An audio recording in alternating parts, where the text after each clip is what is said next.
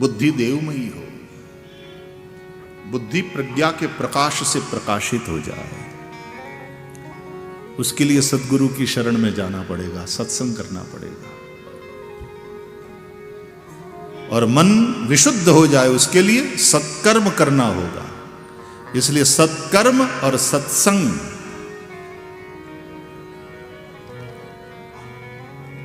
8 घंटा सत्कर्म करो, 8 से ज्यादा सत्कर्म करो, क्योंकि कर्म में हमारा अधिकांश समय जाता, तो थोड़ा समय सत्संग भी करो।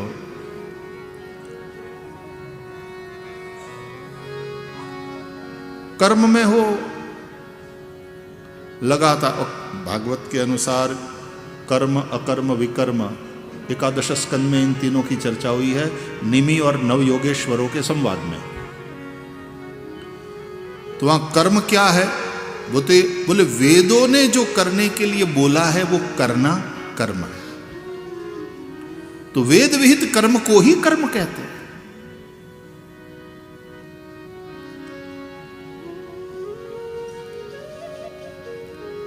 यज्ञार्थात कर्मणुन यत्र लोकोयम कर्म बंधनः। भगवत गीता के अनुसार हर कर्म यज्ञ भाव से करना चाहिए, भगवान की पूजा के भाव से होना चाहिए। स्वकर्मणा तमभ्यर्च सिद्धिम विन्दति मानवः। अपने कर्मों से उस परमात्मा की पूजा करो। अब जैसे ये बोलना कर्म है, तो इस वक्त परमात्मा के लिए बोलना हो रहा है, इसलिए प्रभु की वांग्मयी पूजा है। इत्येषा वांग्मयी पूजा।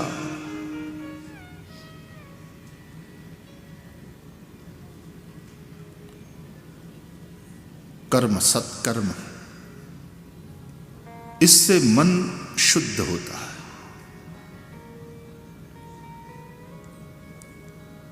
पूजा पाठ से क्या होता है? ये सब व्यर्थ टाइम, मनी और एनर्जी का वेस्टेज, उससे क्या होता है? माय डियर, क्लब में जाते हो, हेल्थ क्लब में, हेल्थ उसमें जाते हो, घंटा 1.5 घंटा वहां जाकर के एक्सरसाइज करते हो, क्या होता है? बोले उससे तो मैं फिट रहता हूं, मेरी इम्यूनिटी स्ट्रांग होती है। तो वो क्रिया फेल नहीं गई ना, उसका कोई परिणाम है ना। तो पूजा, यज्ञ इत्यादि का भी परिणाम है, हर कर्म का परिणाम है।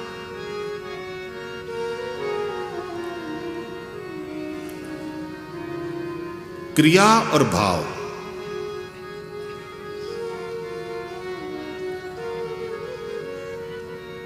व्यवहार जगत में तुम भाव के अनुसार क्रिया करते हो। भाव आया, मन हुआ, सिनेमा देखने जाना है, निकले। मन किया पार्टी में जाना है, गए। भाव हुआ गुस्से वाला, खींचे किसी के ऊपर, लड़ पड़े। खुश हो गए, हंस दिए। प्रेम उमड़ आया, प्यार किए। करुणा से भर गए, किसी की मदद करी, किसी की सहायता करी। भाव के अनुसार क्रिया व्यवहार जगत में, लेकिन धर्म जगत में क्रिया के अनुसार भाव बनेगा। इसलिए जप करो, संध्या वंदन करो, पूजा पाठ करो, यज्ञ याग आदि करो। And remember one thing, nothing comes out of nothing, you are suppose to do something.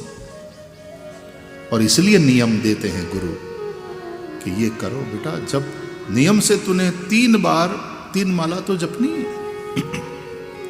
इतने बजे उठो, स्नान आदि करके इस तरह से पूजा में बैठ जाओ, ये रहा तुम्हारा मंत्र, ये रही तुम्हारी माला, इस तरह से जपो। ये ध्यान की विधि है, इस तरह से मेडिटेट करो। क्रिया के अनुसार भाव बनेगा।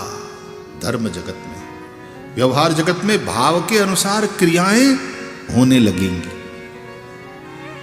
भाव और क्रिया में गहरा संबंध है।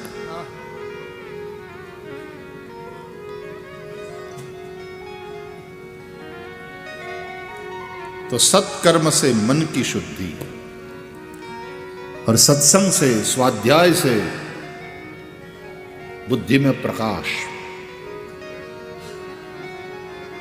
देवमयी बुद्धि देव की है, विशुद्ध मन वसुदेव है।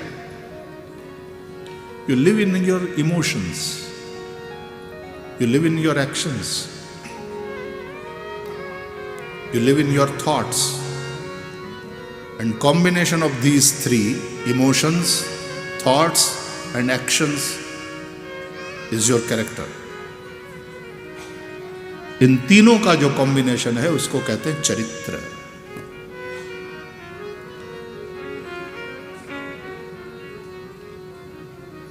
इसलिए भक्ति को विचार भाव के साथ, ज्ञान को विचार के साथ और क्रिया को कर्म के साथ जोड़ा, तो ज्ञान, भक्ति और कर्म, ये तीन चीजें हो गई।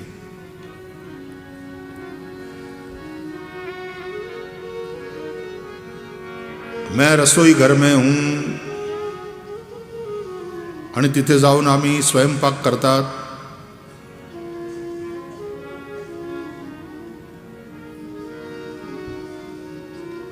ये बनविला, ये बनविला।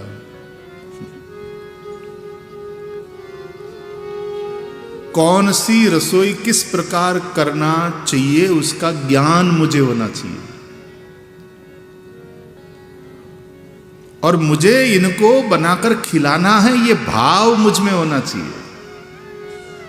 नहीं तो ज्ञान क्या है? पति को खिलाने का भाव ही नहीं हो, गुरु को जिमाने का भाव ही नहीं हो, बच्चों को खिलाने का भाव ही नहीं हो। रेस्टोरेंट में जाके खा लो, बाहर जाके खा लो, लेकिन मम्मी हमको तो तुम्हारे हाथ का चाहिए, तुम कितना बढ़िया बनाती हो। मम्मी इतना बढ़िया बनाना जानती है, ये मम्मी का दोष है क्या? मम्मी को आराम से बैठने नहीं दोगे? थक गई मम्मी। भाव यदि ये हुआ, भाव तो कोई भी हो सकता है, लेकिन ये भाव कि नहीं, मैं अपने हाथ से बनाकर जिमाऊंगी और मुझे जिमा वो बनाना आता है। हाँ, आना भी चाहिए, नहीं तो बनाती तो है, बनाना कर्म है। बनाने के पीछे भाव है, रसोई बनाने के, पकाने के पीछे भाव है। लेकिन यदि अच्छी रसोई बनाना नहीं,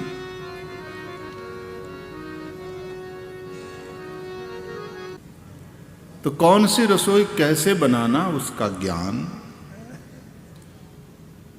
मैं अपने हाथ से बना करके अपने पति को जिमाऊंगी, ये भाव, और बनावे वो कर्म है ना। तो ज्ञान, भाव, भक्ति और कर्म तीनों मिल गए ना, तब बात बनी। वक्ता बोले वो कर्म, क्या बोलना उसका ज्ञान होना चाहिए, और यहां से बोले, भाव से बोले, ये भक्ति, तब कथा होती है। तो हर जगह ज्ञान, भक्ति और कर्म तीनों का समन्वय।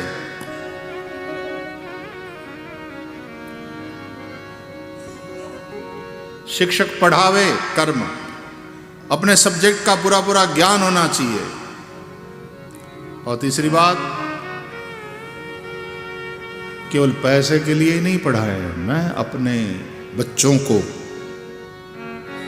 बहुत अच्छे अंक से पास होते देखना चाहता हूं। मेरा हर स्टूडेंट ब्राइट होना चाहिए, ये भाव।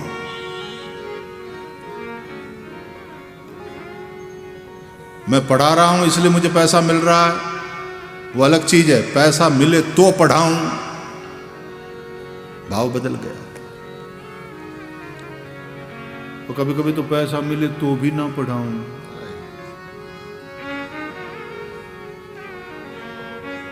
नौकरी नहीं छोड़नी है, छुट्टी छोड़ के विदेश कमाने चला जाना है, ऐसा होता है।